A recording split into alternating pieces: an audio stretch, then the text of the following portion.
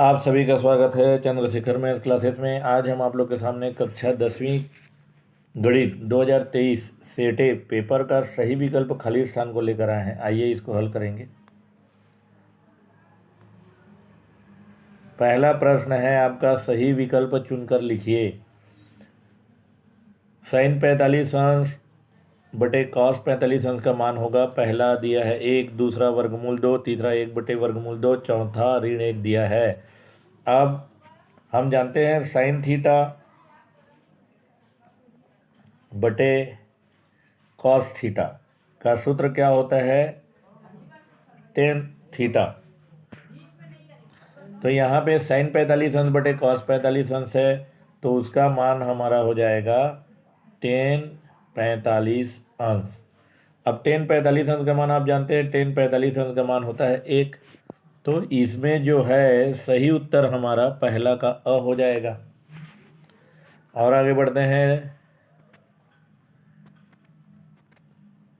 दूसरा नंबर का प्रश्न है हमारा, समीकरण निकाय का अद्वितीय हल होगा यदि पहला a1/a2 बराबर b1/b2 बराबर नहीं है c1/c2, दूसरा a1/a2 बराबर नहीं है b1/b2, तीसरा a1/a2 बराबर b1/b2, चौथा इनमें से कोई नहीं। हम जानते हैं अद्वितीय हल का फॉर्मूला क्या होता है, a1/a2 बराबर नहीं है b1/b2। तो जो हमारा इसमें दूसरा का दूसरा है वो हमारा सही उत्तर हो जाएगा। a1/a2 is not equal to b1/b2।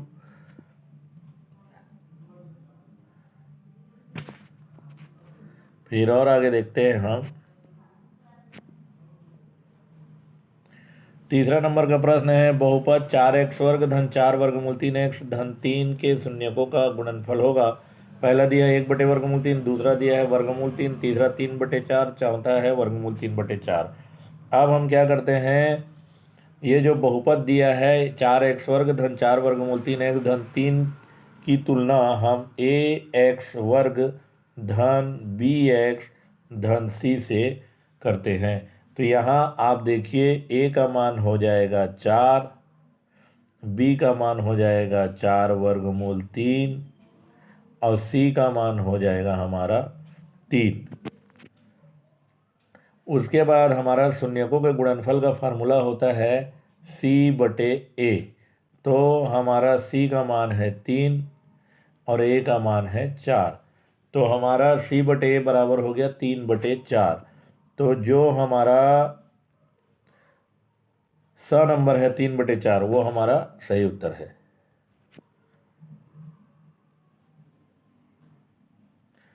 Ten 90 ऋण 60 अंश का मान होगा। 90 में 60 घटाएंगे तो कितना आ जाएगा, 30 आ जाएगा। तो हमारा ये बन जाएगा टेन 30 अंश। तो टेन 30 अंश का मान 1/वर्गमूल 3 होता है हमारा। टेन 30 अंश का मान हो जाएगा हमारा 1/वर्गमूल 3। तो यहाँ जो मान दिया गया है हमारा 0, 1 और वर्गमूल 3 और 1/वर्गमूल 3, तो चौथा का जो द नंबर है 1/वर्गमूल 3 वो हमारा सही उत्तर हो जाएगा। फिर और आगे बढ़ते हैं। देखिए 18 और 6 का तृतीय अनुपात होगा। पहला दिया है 2, फिर एक दिया है 3, फिर 108 1/3। तो 18 माना तृतीय अनुपाती x है, तो 18:6:x।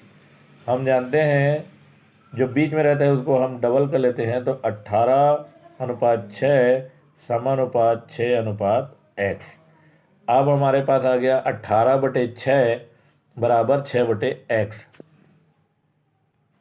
आ गया 18/6 बराबर 6/x। अब त्रियक गुणा कर दीजिए, 18 गुणित x बराबर 6 गुणित 6। अब ये जो 18 गुणा x है 18 गुणा में है, यहाँ बटे में चल देगा, तो x बराबर हो जाएगा 6 गुणित 6/18। तो यहाँ आ जाएगा हमारा x बराबर 6 गुणित 6/18। अब हम इसमें काटते हैं, 6 कम 6 × 18, 3 एकम 3, 3 दूनी 6। तो x का मान हमारा आ गया 2। तो इसमें जो हमारा 2 है, पांचवा का वो हमारा रिक्वायर्ड सॉल्यूशन है। इसके बाद रिक्त स्थानों की पूर्ति कीजिए। रिक्त स्थानों की पूर्ति कीजिए में पहला है रेखा 4√3x ऋण 2y धन 5 बराबर 0 की प्रवणता है। यहाँ हम क्या करते हैं, देखिए 4√3 x ऋण 2y धन 5 बराबर 0 दिया है। यहाँ हम जो बाएं पक्ष में ऋण 2y है उसको दाएं पक्ष में ले जाते हैं तो हमारे पास हो जाएगा 4√3x धन 5 बराबर 2y, या मैं लिख सकता हूँ इसको 2y बराबर 4√3x धन 5।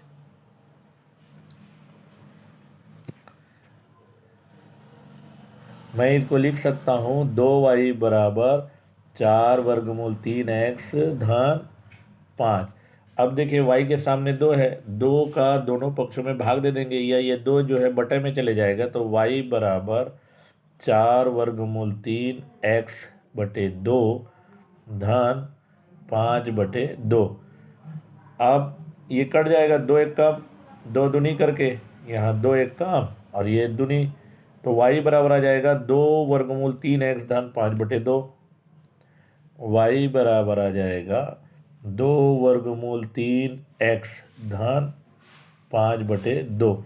इसकी तुलना हम सरल रेखा का समीकरण y = mx + c से करेंगे। अब mx + c से करेंगे तो m को हम प्रवणता या ढाल बोलते हैं। अब आप देखिए m की जगह में क्या है, 2√3, x की जगह में x, c की जगह में 5/2, तो हमारा प्रवणता m बराबर हो जाएगा 2√3। ये हमारा उत्तर आ जाएगा पहला का। फिर दूसरा प्रश्न बोल रहा है बिंदु 0,5 अक्ष पर स्थित है। हम जानते हैं कि y अक्ष में x निर्देशांक 0 होता है, तो यहाँ 0,5 है, 0 वाला हमारा x का है, 5 y का है, तो यहाँ x निर्देशांक 0 है। इसका मतलब बिंदु 0,5 हमारा y अक्ष पर स्थित है। किसी व्यक्ति के सभी साधनों से प्राप्त आय पर जो कर लगाया जाता है खाली स्थान कहलाता है। किसी व्यक्ति के सभी साधनों से प्राप्त आय पर जो कर लगाया जाता है खाली स्थान कहलाता है। इसको हम बोलते हैं आयकर।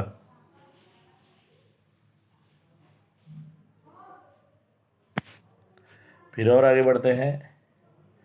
शिक्षा उपकर खाली स्थान पर लगाया जाता है। शिक्षा उपकर देय आयकर पर लगाया जाता है।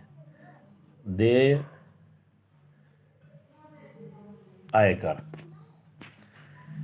फिर अगला प्रश्न है हमारा P अंतर्भाव Q को गणितीय कथन के रूप में लिखेंगे।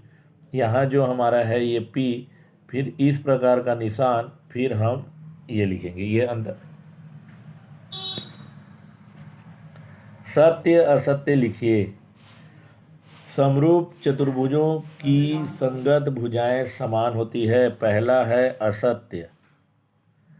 पहला क्या है, असत्य। दूसरा देखिए, दूसरा है अर्धवृत्त पर बना कोण समकोण होता है, या अर्धवृत्त पर बना कोण 90 अंश का होता है। ये कथन हमारा सत्य है।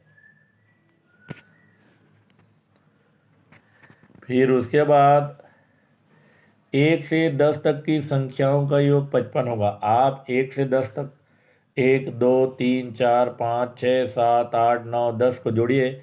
सबको जोड़ेंगे तो उसका योग 55 ही आता है। तो जो हमारा दिया गया कथन है 1 से 10 तक की संख्याओं का योग 55 होगा, वो हमारा सत्य होगा। फिर वृत्त की सबसे बड़ी जीवा त्रिज्या कहलाती है। यहाँ गलत दिया है, वृत्त की सबसे बड़ी जीवा व्यास कहलाती है, उसकी जगह में त्रिज्या दिया है, तो ये कथन जो है हमारा है वो असत्य हो जाएगा। फिर बेलन का वक्र पृष्ठ 2πRh होता है। हम जानते हैं बेलन का वक्र पृष्ठ 2πRh होता है, तो ये हमारा जो कथन है वो सत्य हो जाएगा। हमारा वीडियो कैसे लगा ज़रूर बताइएगा, और हमारे वीडियो को देखने के लिए आप सभी का बहुत बहुत धन्यवाद।